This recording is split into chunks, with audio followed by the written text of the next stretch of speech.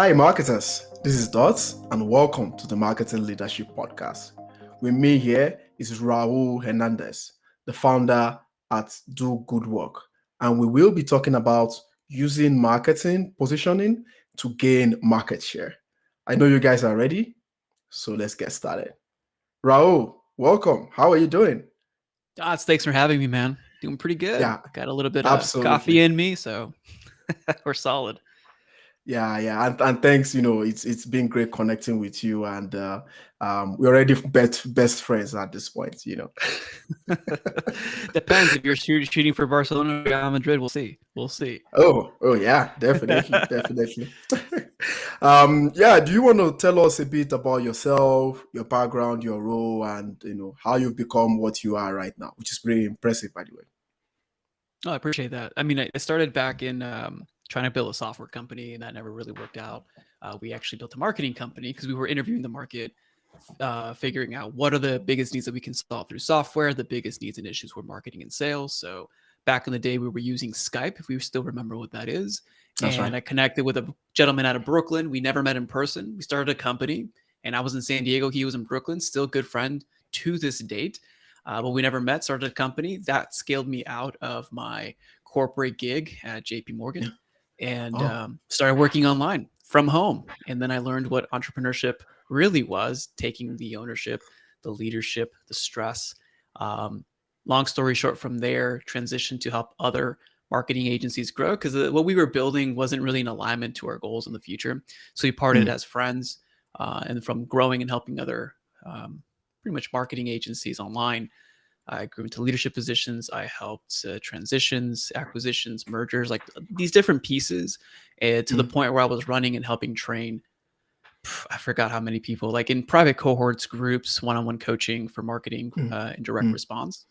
And we nearly tripled a marketing agency to multi-millions in revenue and profit over time. And from there, I started consulting and coaching. I had a mentor who told me, hey, you should write this down. Write down what works, what doesn't work. And I'm like, oh, why should I do that? Like, you're going to write a book. I'm like, wrote the book, started training, Oh. started coaching. And most recently, one of my clients, I think in 2020 or 2019, we Mm. went in-house. I was a revenue leader for them. They Right. were scaling up to 20, 30 million, and they were bootstrapped, online, direct response heavy. I helped re-engineer their team, their infrastructure, their MarTech, like it's like not the MarTech technology, but the Mm. stack, the team, the Yeah. leadership. Yeah. Uh, did 50 million last year and made it to the Inc. 5,000 for a second time in a row. And right now, I'm still continuing helping bootstrap founders grow with not only tactical pieces that are essential in marketing, but more strategic elements of positioning, market share, pricing, how to fulfill that with your operations, and how to influence your top line revenue and bottom line profit. Which is what we are about to discuss today. But I'm curious as to I know you run a podcast and you just mentioned your book right now, so do you want to give some details about those two? Yeah, the book is Productive Profits. If you just Google my name in Amazon, you'll get every book that I've ever written or every guide that's on Amazon. And the podcast is called #DoGoodWork, where we interview people highlighting the expertise that they have and kind of sharing the stories of things are possible if you focus on Yeah, sorry to put you on the spot. Is it them. do you have an audiobook for those books? So there's two major books. One is called Productive Profits. That one does have the audiobook, and then the other one is Okay. Growth Plan.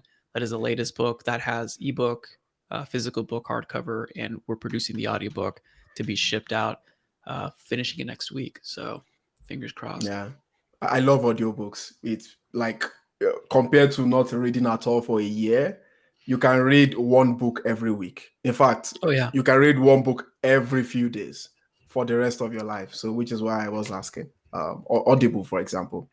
yeah. I read books like I eat M&Ms. That is good. If you are listening now, read books like you're having M&Ms. You will never regret it. Never. They say an apple a day takes the doctor away. A book every couple of days removes irrelevance from your life. So That's good. I you're like getting that. that for free. Yeah, it's true. When it comes to B2B marketing, competitive advantage, we're talking about brand positioning here. And I won't say the first level is product market fit, but having a good product market fit Yeah, or solving a real solution problem. exactly is sort of like at the basics of it. And I'm wondering, when it comes to the brand side of it, Mhm. what are some of the important things you want to add to your brand so it stands out? So I'm not talking about like having like an exclusive brand like a Rolex. Maybe that's part of it from a Mhm. digital or SaaS perspective, but Mhm. what's your playbook or what's your mindset in regards to building a brand that lasts? Okay. No, this is good. So I'm going to start by having all of our brand designers, brand strategists, and my friends in the creative space to go like this, take their fingers and put them in their ears, because your brand doesn't matter. What matters most is the problem that you're actually solving to the market, and Yeah. understanding that problem and positioning that problem in such a way where everything else becomes irrelevant because you've positioned the solution in a unique way or the problem in a unique way. So what Mhm. do I mean by that? So everything that I talk about or teach, or that if I go on stage or podcast, it's just based on my experience. So it is limited, obviously, but I just Mhm. teach Mhm. what I've done or helped others do. Um, right now in the B2B space, so I have a cohort, and it's like Okay. business owners coming in and helping them grow their companies, right? One of the key things that they all do services, B2B, to support other companies. However, Yeah. when you start doing all services in this example, like it's just the hands. It's like, oh, I'll do this for you, I'll do that for you, do that. Like, okay, who cares? Really? Mhm. Like if I'm gonna hire someone to do a thing for me, then for me as a buyer, I'm gonna hire the cheapest or the lowest cost or the fastest, right? I Mhm. don't care what you do for me. I care that I get an outcome. So if you think about Yeah. it that way, and you position your brand to focus on the outcome itself, what is that transformation you're delivering? Mhm. And what is the value of that transformation? And the reason I say transformation, because we're always, as humans, helping other humans achieve something new, become Mhm. something new, or experience something new. Yeah. And in the basic synthesis of a transformation, there's an A starting point, like here's my pain, here's my issue, to a Yeah. B ideal end point. But from Yeah. going from A to B, that little staircase is your solution, either a unique solution or an obvious solution or a simple solution. We'll Yeah. talk about that in a second. However, to get to your staircase, there are certain factors happening in the client, in the marketplace right now. The first thing is they're experiencing pain in level Mhm. A. They're experiencing pain in where they're at, and the pain has to be great enough for them to actually take action. If the pain Yeah. is not great enough for them to take action, they're not going to move. I don't care how great your brand is. I don't care how great your social is. Right. So we have to True. identify what is the true thing. Now, what triggers them to move is actually psychology. It's based on who they are. And one of the Mhm. things that I would recommend or subscribe to is like the Maslow's hierarchy of needs, human needs psychology. Why are people moving out of this pain state? And when you understand that, we can dive into that if you want. But if you Mhm. understand why people are taking action to remove and eliminate this pain, if you position your brand, and again, I talk brand very broadly here, but if you position your Mhm. messaging, your positioning around eliminating that pain in alignment to the goals and the psychology of getting out of that pain, that's step one. But then, Mhm. in order to actually take action and move towards the end goal success, there's other things that are weighing people down, and that's their Mhm. belief around themselves, around the market, around others, around the product, around you. And there's negative beliefs that are pulling them down to not take action or actualize a solution. But then there's also beliefs that you can empower them with, that if they Mhm. believe certain things about themselves, about the market, about the product or the solution, then you're the obvious choice. And those are the two, or there's really four, but the two angles of friction points of pull and push Mhm. that are happening. And this is why I don't talk about brand. I don't talk about like the typeface, even though that's important. Mhm. But that Mhm. stuff is only important once you understand these hidden dynamics. And when you have those hidden dynamics, you can start getting elaborate with messaging to Yeah. evoke the right beliefs, to evoke the right thoughts for them to trigger action. And we can talk about what that means tactfully to actually Mm. win bigger deals. Yeah, I of course we will dive deep into especially the positioning of you know, well, to put it bluntly, the unique value proposition, getting from that staircase as you used in your analogy there. But before then, I just wanted to add a few things.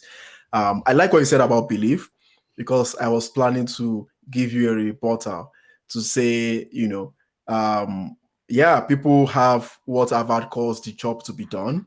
They need that to be done. They need a brand who can do that either through the message, and assisted by marketing. But there is also that belief side of it.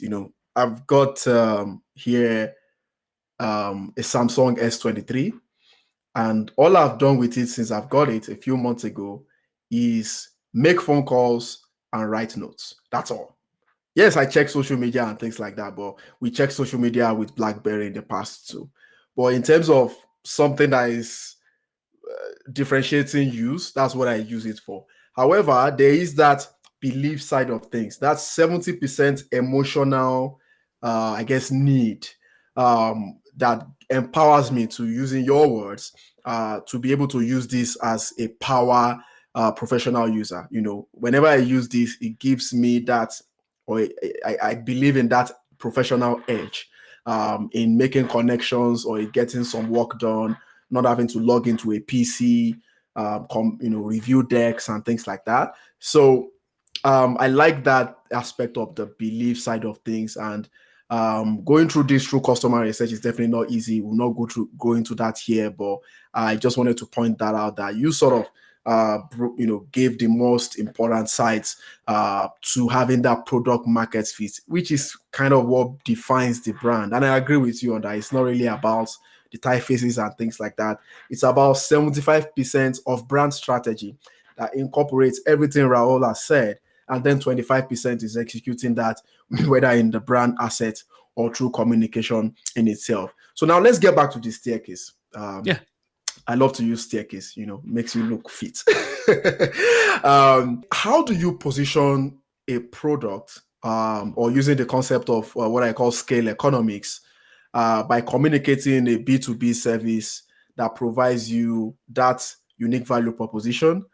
It's expensive. However, Mhm. you position it in a way whereby it's appreciated at all levels, and then it's embraced by the market. How do you, I know you're a master at that, how do you make that balance? I think so. I mean, there's the balance is a tough one because you're going to piss people off. You have to piss people. I mean, just by existing, you piss half of the population off. Like, I mean, just knowing Exactly. that, like, that's a belief, right? That At is least true. that's my belief, is that you're not here to Yeah. please everyone. You're here for the very small percentage that care about what you do and that you care about serving. If Mm, that's true for you, then when it comes to positioning, it's around positioning around their problems and being an mm, act of service, and then giving them the opportunities and different, I would call them, options to mm, work with you. So how do you do this with luxury or expensive things? So every team or every client that I've had that's B2B, B2C is a little bit mm. harder, not harder, but it's a little bit more sensitive. But Yeah. for the B2B, almost every team that I've influenced or worked with, increase prices, guaranteed. I mean, Good. I'm not here to say raise your prices, but I'm here to Yeah. say there is a way for you to win more deals at different levels if you give the buyer empowerment and giving them options Mm, to work with you. So when it mm, comes to positioning and increasing prices, so how do you do that? So I'll give you real examples. Right mm. now, one of my teams, we hired an agency, and that agency is only positioned as hands doing. Okay. Yeah. For me, their doing is not at 100%, not where I expect it to be for the price we're paying. So I'm judging them based on the doing. Instead, if that agency positioned as, here are the solutions you're going to get, you're not buying these hands, you're not buying these hours, you're not buying, you're going to get this outcome. And if my Mhm, mind, I'm positioning the outcome as more valuable than the price that I paid.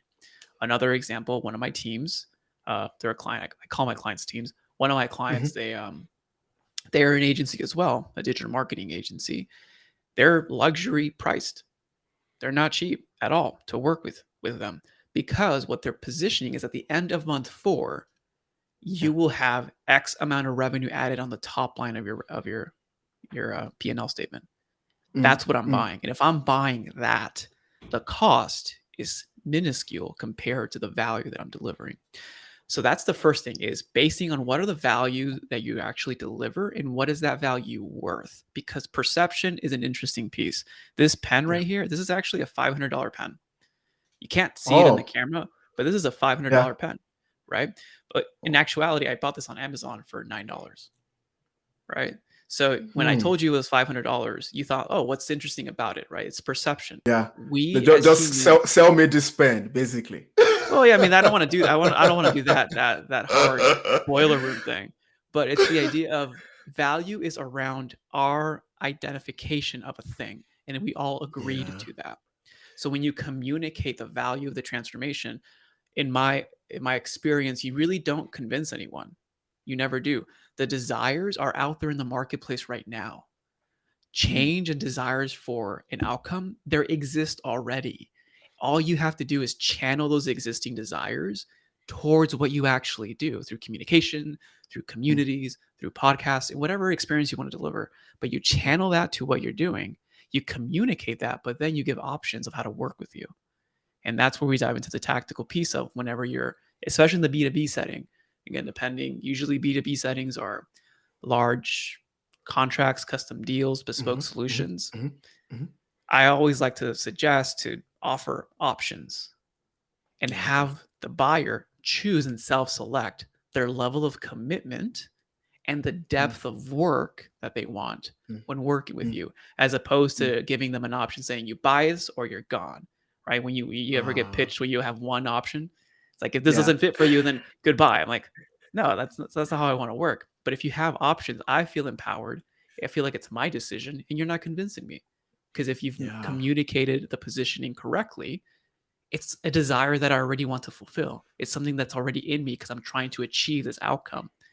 So us as Mm, marketers, us as brand leaders, as us revenue, whatever your mhm, position is to identify what are the, obviously, the market trends, what is happening with your industry, what are the desires, what are the problems to solve, and how are you mm. solving them, which ties back to your product or your unique mechanism.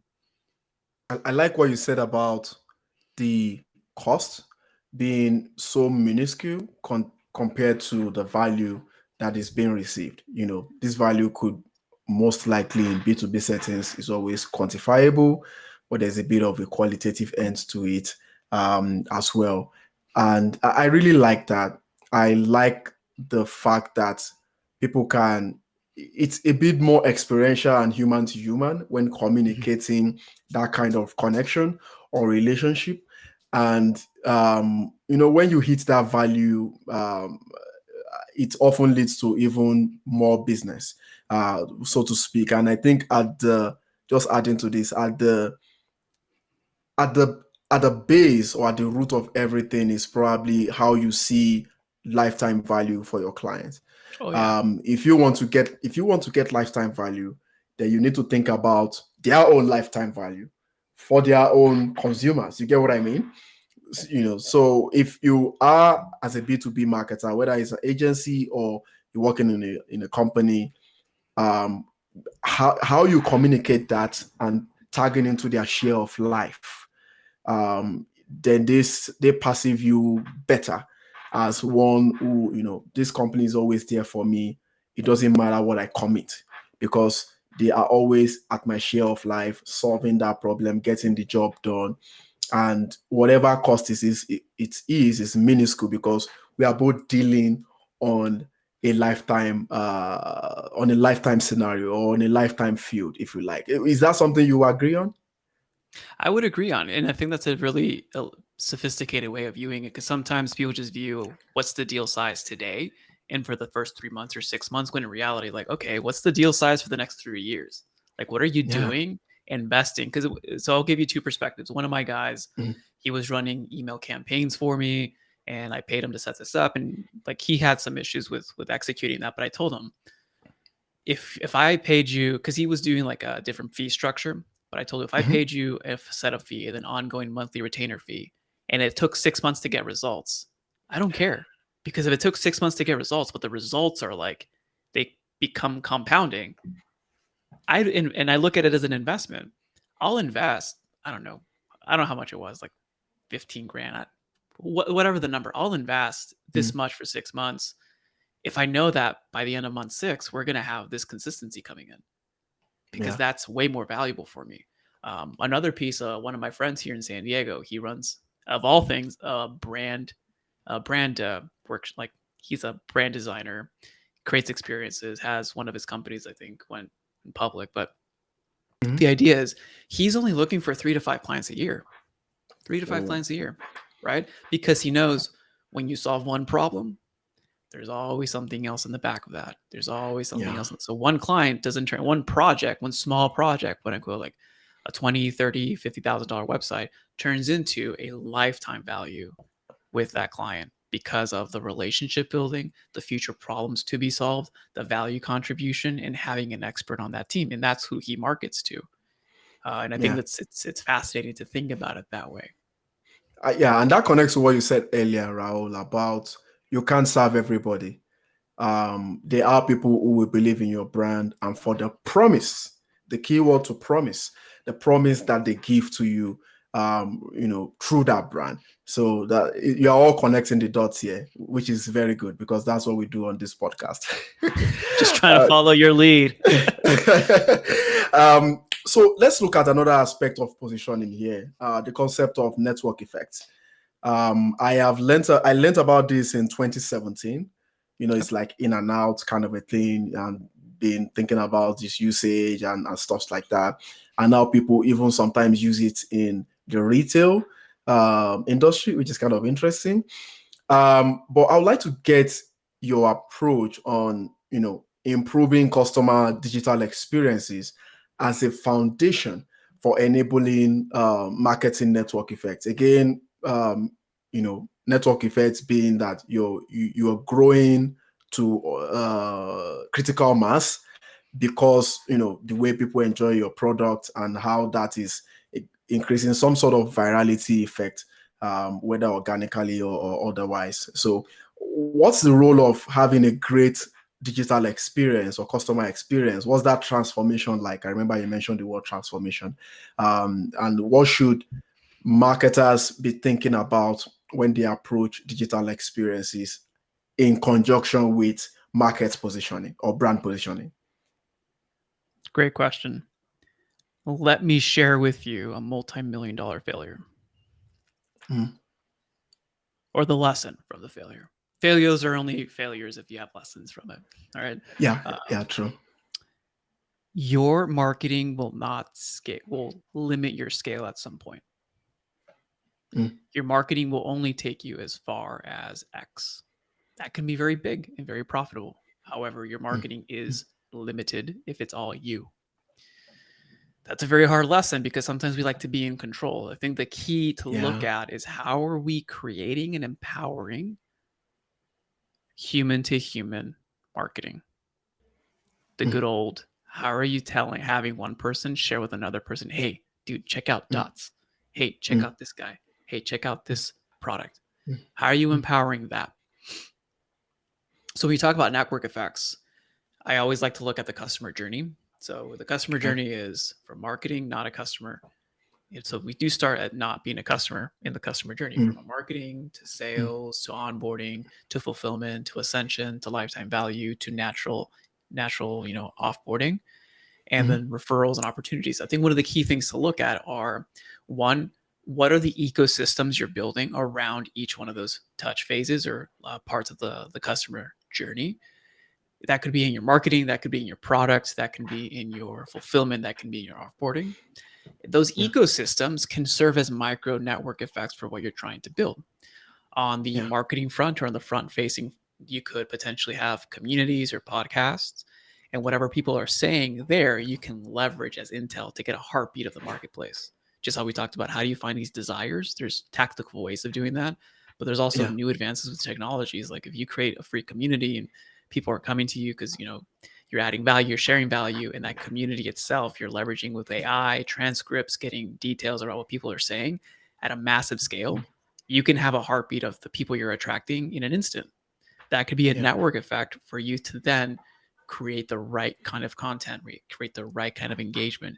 Same thing with your buyers. Like if your buyers work with you and they're in a community or they're in your CRM, you can start leveraging what are some opportunities that I have here to create peak experiences for them, Yeah. peak moments, and how can we leverage those peak moments for a referral or a testimonial or a share.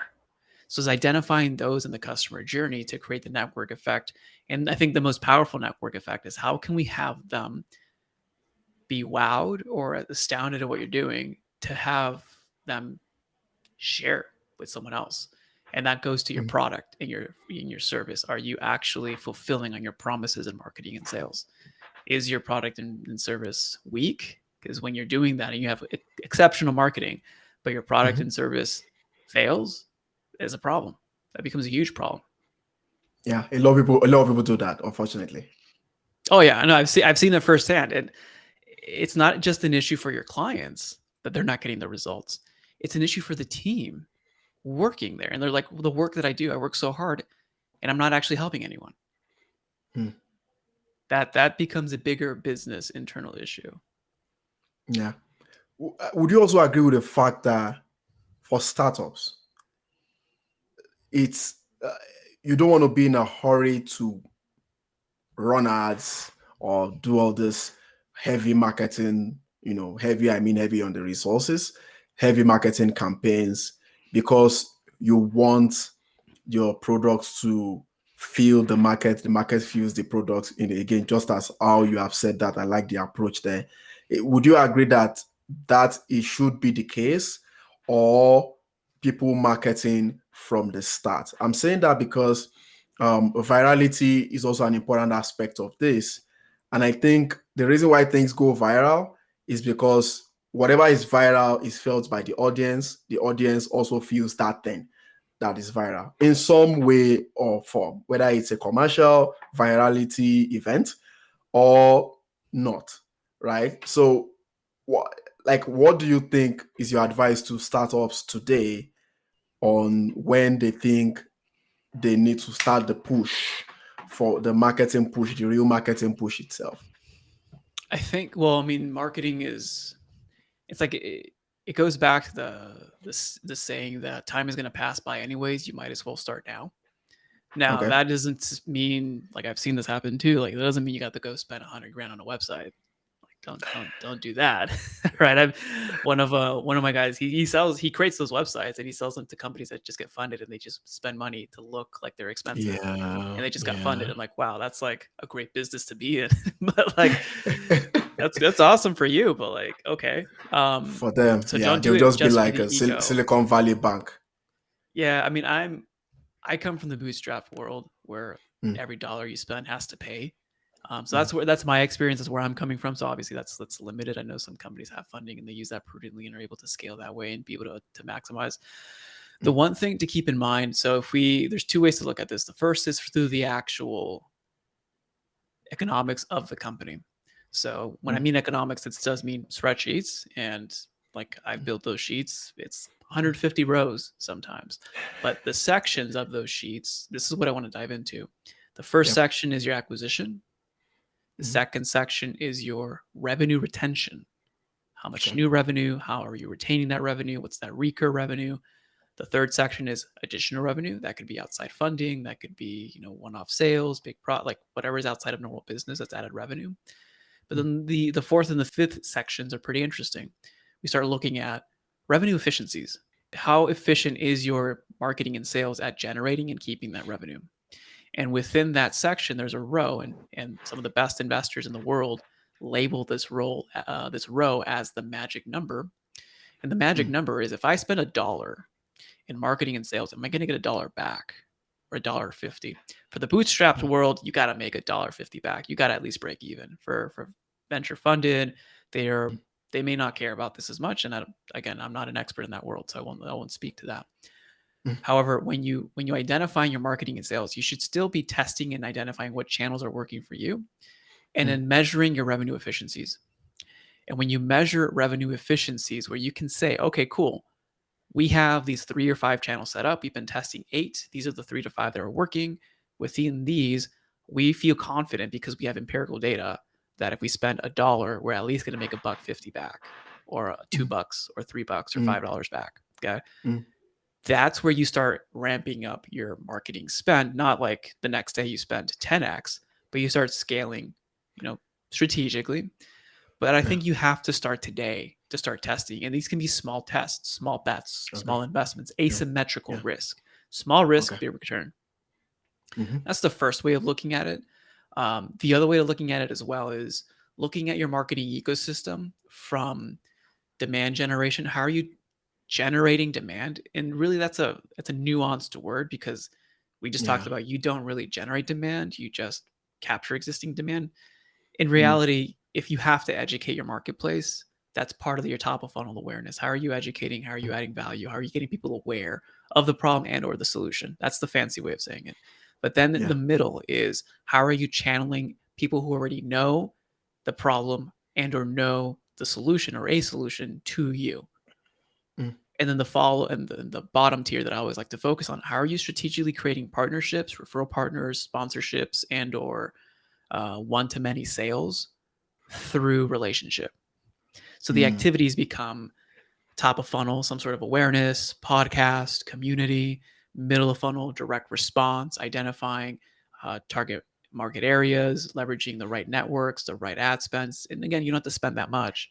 And then the mhm, bot, like not the bottom of funnel, but strategic relationships, podcast guesting, offers, events, speaking. And those things have to be compounded. It's like saying, Dots, you yeah. want to gain 30 pounds of muscle in the next week. You have to start lifting. There you go, bud.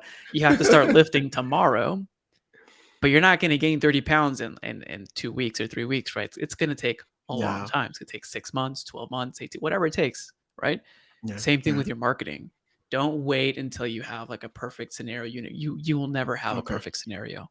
But I would say take asymmetric risks and look at it as an ecosystem, from awareness generation, channeling existing demand, existing desires in the marketplace through Mm, your marketing positioning, and mm, partnerships and referrals and strategic relationships, where one opportunity, one person, selling one person equals selling to 100 more.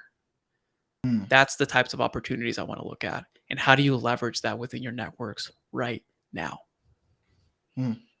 That's like this is gold right now, and I think even from a technical perspective, I learned of concepts like using the J curve to measure those asymmetric risks in terms of what to invest in marketing. I'm not going to go too much into detail for that now, but if you're listening out there, that was something else I learned from another guest on how to determine, what those break even or channel verticals look like, and how they scale to that, 1x, 1.5x, 5x, or whatever it is. Just being, I think we all agree that for startups, whether it's bootstrapping or venture capital, at the end of the day, you are not using the same channels yesterday as you are today, because there is a lot of cost corrections. I mean, there might be a one-hit wonder where you're marketing for the first time and all your verticals are working. The probability is very less likely. However, um, if you are marketing and you are testing all these channels, all these verticals, and you are running your projections, then it's important to course correct as you go. Course correct with the right amount of data. Don't course correct with a small sample size and things like that. And make sure, like Raul said, the relationships, using the education for thought leadership. And I agree with you, Raul, on demand gen. Everybody uses it right now, and it's very vague, really. Like, and then they try to make it a bit of a strategically sophisticated item. Well, you know why they Uh, did that, right? They did that yeah. because they named the problem and the solution, and they created their own category around it. Mm, They took mm, something that existed. So this is something that's is an interesting nuance. When you yeah. solve a problem, either you're solving a unique problem with a normal solution, so you have to Yeah. do a lot of problem education and like, oh, Yep. here's the obvious solution, or you're Mm, solving an everyday common problem with a unique solution. So that means your product has to be coming strong. What they're doing is they're solving an average problem. I need sales, I need revenue, I need customers with a Mm. unique solution. So they label the Okay. unique solution as this new thing, creating a new market or category in our minds. Oh, that's new. I never heard of that before. And then they owned it. Just how Apple, I mean, if you look at Apple, like everyone's like launched VR headsets, glasses, products. Mm, Why is mm, Apple mm, more primed to win? Not mm, besides that, the fact that they're a huge company. mm. They've created a new category in the marketplace. And Yeah. this is from Interspatial computing or something like yeah, that. spatial computing. And this is Yeah. if you follow the category pirates, like they talk about this day in and day out. They created a new category and then Apple's like, "Oh, we're leading in that category." And then now you're like, "Oh wow, I want to have spatial computing." Who do you think about? You Mm, won't think about some mm, Google Glass that came out 10 mm, years ago. All right? mm, You won't think mm, about that. mhm. You'll think about, "Wow, Apple has this thing because they're pioneering a new thing." Yeah, I have never thought about it like the way you are thinking about it. And this can directly, not just in product development, can directly be applied to even marketing strategies or marketing approaches. For example, the concept of ABM podcasting. Hmm. I've spoken with a lot of marketing leaders, and some of them do not exactly know what it means, even though they know what it is, if you sort of explain it to them. So that goes back to what you say, which is taking an existing problem and developing a unique solution around it. But yes, ABM podcasting is a thing in B2B marketing, whereby you can either use it from as a prospect generating source or even a lead nurturing source, depending on where you are in the funnel. So, but I've never thought about it like that in the sense of taking existing problem and developing a unique solution for it, or flipping it the other way around, which is um, creating a solution from a problem that I guess people don't see the existence as such. They know what it is. A good example is those who play tennis. They have tennis strips that you put on the tennis racket to reduce elbow pain. You see where I'm getting to with that? It's such a Yeah. rabbit hole. So when people are looking for problems with elbow pain, I'm working with the clients currently where they're working on they have elbow pain, they don't know why. Then we need to figure out, okay, is there a tennis connection to this or a pickleball connection to this? And how do we make that education so much so that we are not connecting to people who have elbow pain for other reasons? You get what I mean? I love So that. That's such a good connection. And it's there's this too, right? There's the product itself, the product that has the unique mechanism, the unique opportunity, but it's also the elbow issue industry and transforming yeah, that industry to something new where it's like, oh, tennis induced elbow pain. That's an industry in exactly. itself. And if you own that category in people's minds, like that industry or that thought or that idea in someone's mind, then with your tennis like strips or whatever you're doing, like you can be the Yeah. leader in that because no one else is talking about that industry. So it's the product and the industry. Yeah. Interesting. I've done marketing for quite a bit, not as much as people like yourself, but it's interesting the kinds of things you see, really.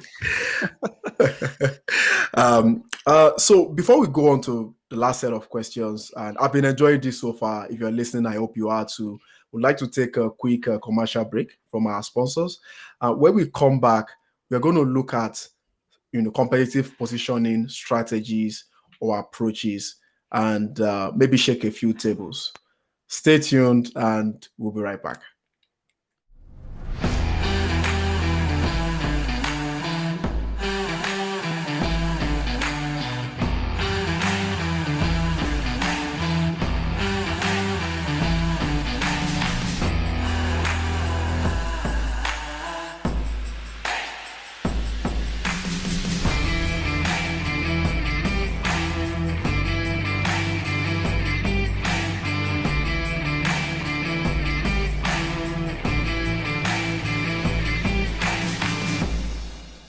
It's the Marketing Leadership Podcast with Dots, and here I'm chatting with Raul Hernandez, who has been awesome so far. I really enjoyed the conversation.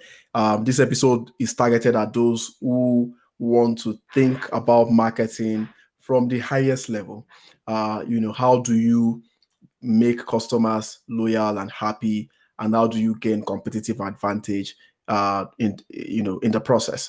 So Raul, what are your recommendations concerning the build up or the development of an efficient marketing operating system?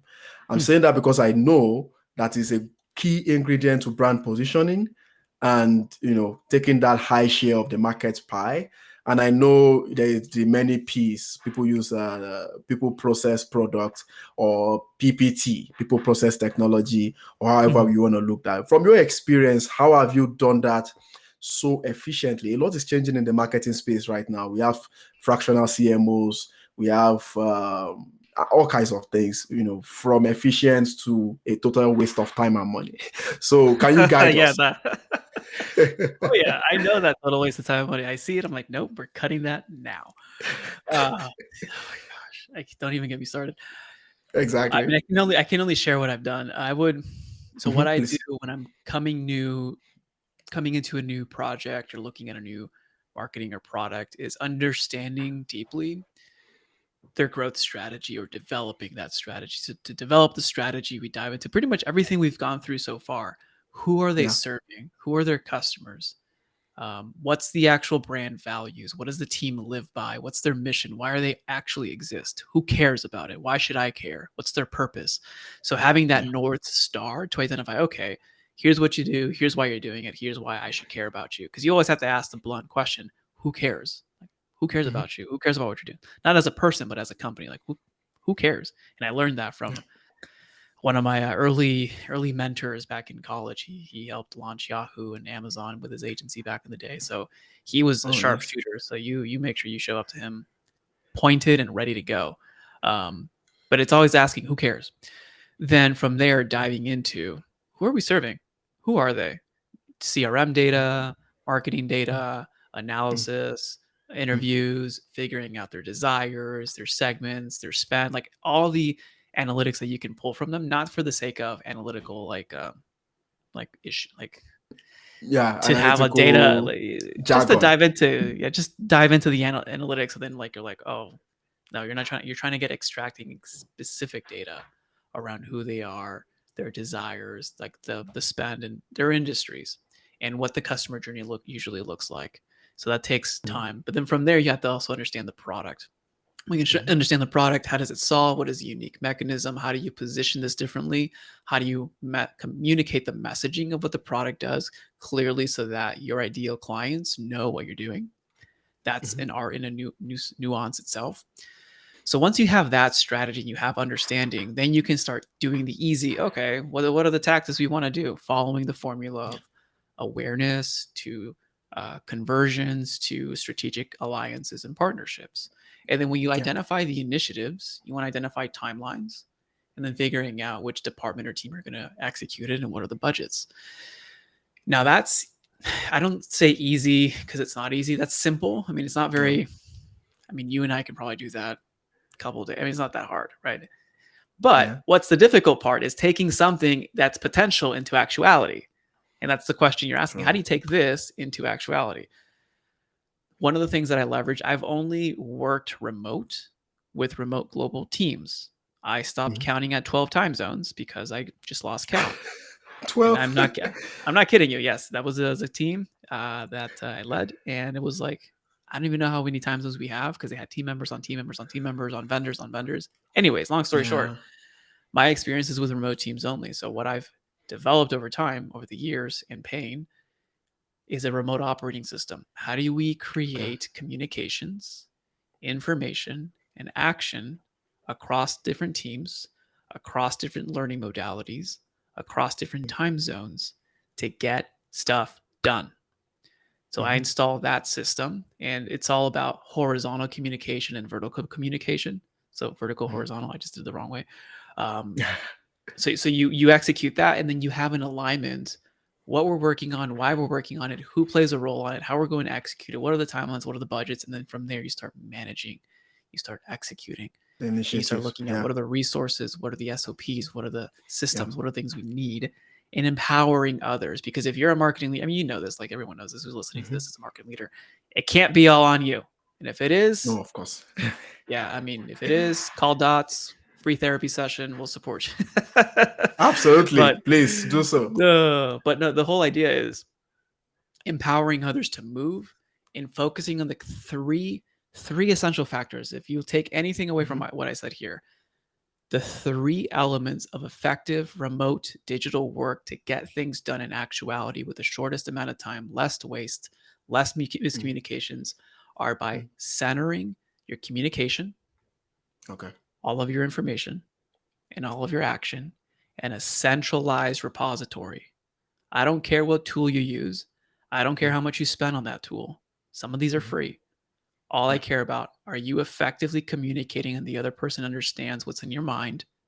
And can they communicate that to their team and execute, report back to you, and not have to be on meeting hell? Yeah, because I mean, you've been a Zoom zombie, like 12-hour, 16-hour days on Zoom. That's normal. That's a season, but it's not necessary. And sometimes I find teams still reverting back to old habits. So it's working as a leader to communicate effectively and discerning what should be taking up as a meeting versus what shouldn't. At the beginning, obviously, there is a lot of communication, but Yeah. ongoing, there should be more action and more transparency. And the last and Control. final part, control. Yeah, and the last and final part, and I think you mentioned this in your intro of the question, is tracking and accountability. Specifically in the remote world, if you do not have transparency, there is a veil that's hidden over you, and that's Yeah. called ambiguity. And what happens with ambiguity is your team will do less, your team will spend more, people will get away with things that you can't believe they can get away with, not because they're Exactly. lazy, but because it's human nature. If they know that someone else isn't paying Yeah. attention, why should they care? And no one's going Yeah. to care more. I mean, I work with founders who it's their business, it's their life, right? No one's Mm, going to care more than you, no matter how much yeah. you pay them. All right. And Yeah. that's the hard lesson as well. And I work with those founders. They pay a lot. No one's going to care more than you. I don't care how much you pay, Mm, but you can make them care by making them co-deciders in the initiatives in mm. alignment with the metrics and accountability, because you can never hide from a number. Yeah. Oh, yeah. You cannot hide from a number. I like that. I thought you were going to say numbers don't lie. No, But numbers lie all the time. They lie day in and day out. However, you can't hide from having shared alignment of, this is the number I believe in. Here's the number you yeah. believe in. Here's how we're going to keep Yeah. accountable. Cool. You're going to Yeah. do X, Y, Z. Great. I'll do X, Y, and Z. And we're going to hit this number. Hey, did you hit the Yeah. number? Yes. Great. No. How Yeah. can we help you? Yeah. Simple as that. Yeah. It's not like hiding or behind like a CPM, for example. I Oh, hate there's that vanity KPI. metrics. There's God. vanity metrics. Like, oh, trust me, I got a report from an agency. All of it were vanity metrics. And I'm like, okay, cool. How does this support the business case? Couldn't answer it. Couldn't or answer it. MQLs. Oh, I like That, MQLs if you align what an MQL is, but CPMs, all the reach. What outcome did you produce? That's what I focus on. yeah, you know why I'm laughing, Raul? Because I am making this phase in my career. I'm making it my mission to educate younger marketers or even older marketers. I don't care what stage you are, to have that growth mindset. Raul here has mentioned a lot of things about shared vision. It's important to have that shared vision. And Raul has also mentioned about getting work done. If you listen to this podcast a lot, you hear me ring this over and over again. Work with as many units that are involved in the customer journey to make that sale and to build that sale. No more silos. I've mentioned that many times. I've posted or tweeted about it. Do not work in silos, because by working in silos, sometimes Raul is ridiculous. Sometimes people work with silos, even when you have controls and everything. They just have this mindset that I'm marketing, this is my lane. No, stop. If Mhm. you want to be a growth marketer, then you have to be a revenue marketer. I know Oh it's a yeah. lot of work being a revenue marketer, because you can't, in this world where there's recession, anything that happens, marketing is cut. That's the first thing that is cut. You want to be useful, you want to be valuable. Whether you work and I'm speaking to those in agencies as well, who have always had this very cosmetic approach to marketing. It's time for growth. It's time for growth. It's time to saddle up. It's time to deliver value. It's time to be human to human. It's time to focus on the bottom line. It's time to work your way up, inside out, which is how I would advise startups to approach marketing or anything else about their growth. Inside out. And that way you can provide the virality required, you can get the sustainability, and you can then position your brand so much so that the switching cost is impossible to get. And that's the next thing I would like to ask you about, Raul. Hmm. Customer retention, customer captivity, eh, including switching costs. When it comes to retention, many people don't talk about retention as much, but I think it's a Mhm. key aspect to competitive advantage. And when it comes to switching costs, I'm not talking about cost in terms of money, cost in terms of in B2B. In fact, money is the least most important issue when it comes to switching costs, because you are thinking about your time, the processes, change management, and so on and so forth. And my question is, honestly, the term might sound a little bit narcissistic, but I like the concept in general, customer captivity. How do you get that such that you continue to use customer communication to provide that in the right way, and you keep hitting the customer share of life until you max out the lifetime value? I love that question. And this is a question and an answer that seems that, are you trying to create a trap for your clients, or how do you do this in a positive way? Because everything we talked Yeah, about here, persuasion, psychology, keeping people along, that could be used for good or for bad, right? So let's use this for good. yeah, So the answer yep. that I've derived, I actually learned this at the bank when I was back at the bank, is called stickiness. How are you Okay. making your product or service sticky? So what does that mean? Well, if you look at a bank, and I'm pretty sure everyone listening here has a bank.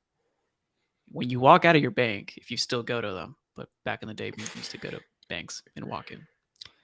When you walk out of your bank, you look across the street, there's another bank. You look across the other street, there's another bank. And you look across the intersection, there's another bank. How are these banks competing? They've Mm, mastered and they know the art of stickiness. Meaning you don't just have your money there, you have an account there. You have direct deposit, you have merchant services, you have a business credit card, a personal credit card, a line of credit, a mortgage. You have some of your maybe you have some of your investments there. Maybe you have a mm, relationship with someone there. Maybe you have mm, a mobile app that you love. Maybe you love that you can do X, Y, and Z. All these things to create a moat around you to make it sticky. So if you decide to go across the street and open a new account or leave, you're like, oh, I don't want to leave. I have all these things. Back with Dots Bank, right? That's, I mean, it sounds like you're trying to capture people and suck them in. I mean, first of all, you have to have a stellar product, you have to have a good solution, and you have to have the willingness to win over time, not just in a mm, season. And mm. you can suss people out really quickly depending, are you just in for the money grab and getting it out, or are you actually here to make a difference? Yeah. Know your intentions before you start. When you're creating this in the B2B, in the service space, in the product space, I mean, usually services in B2B, I mean, like high ticket services, or Yeah. you're looking at what other problems are there need to be solved in my client after I solve this problem? Because every time you make a purchasing decision, it's to solve an initial problem. And naturally, Mm, because of life, there are more problems to solve.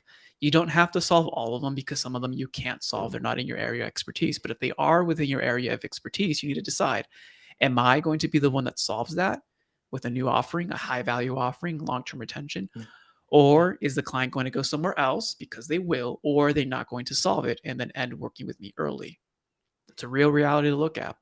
You're also looking at peripheral services or add ons or value adds. For example, one of Mm, my teams, well, several, two really, and I'm thinking about two mm, specific people here, is in marketing, there's always tracking and accountability and yeah. the creation of reports, analytics, maybe custom data studios or data Mm, sets, etc. mm, As a marketing firm, like you can create a sticky product if you're creating this for your clients of the services that you deliver, but also you create this value add-on of, here, we'll create a report for you. And if they ever do leave, you just charge them for ongoing maintenance of that report because they'll need their data anywhere they go. So it's looking mm, at the customer, not your business. I know this is hard to say. What does the client need in their lifetime? And how can you create assets or services or value adds that will continually enrich their experience or add value by working with you and or after working with you. Yeah. After, most especially. Oh yeah. Yeah, no, people don't really think about that, that side of things. But yeah, I incredibly love that approach and your insights in regards to that. I know we could go on and on. I personally feel like doing that, but I can't because of time. And so it's been an incredible honor, Raul, sharing your premium marketing wisdom. I will repeat again. I've said this earlier in this episode. This is this is so valuable. I say this all the time. This is so valuable that I can package this audio book and repurpose it into a book, a $1,000 book. And you're going to buy Oh, yeah. it and it's going to work. And you're going to feel this $1,000 is money well spent. Maybe I should do that. But what I'm maybe saying is, you should, but no, I love that you say it. I buy books for $7, $20. I'm like, dude, I'd pay $50 for the book. I'd pay 200, $150 for this book. Like books are yeah, so, I mean, going back to our love of reading, books are the hidden gem. yeah. And this podcast episode and many episodes like it is incredibly valuable. There are many things that you can learn here. If you are listening, I want you to play it over and over again. If you want to shape the mindset of your marketing team, give them this episode. Let them subscribe first of all before listening or watching over and over and over and over again, because this is premium marketing wisdom. And again, I appreciate you, Raul, for your time and for all this that you have shared. Where can our marketers find you if they need help with anything, creative marketing, bootstrapping their businesses, and just growing at this level? The best place is dogoodwork.io. That's dogoodwork.io. IO for input, output. And from there, you'll be able to find the books. We have the growth plan that talks about in detail the strategies to develop the exact growth plan that I do for clients. I also have a book on the remote operating system, how to set it up step by step. Mhm. Productive Profits, just my philosophy on business. And then you can hit me up on Mhm. LinkedIn and we can have a conversation. Yeah, please get the books. I'm going to do that as well. And yeah, it's going to be great. Guys, that's all we have for today. Thank you for listening. Please see more episodes at dotslovesmarketing.com. And don't forget to subscribe on Apple, Spotify, and YouTube. Marketing Leadership is the name. Till next time, connect the dots. Thank you for listening to the Marketing Leadership Podcast, brought to you by Dots Loves Marketing. There will be links to any resources mentioned in today's show notes.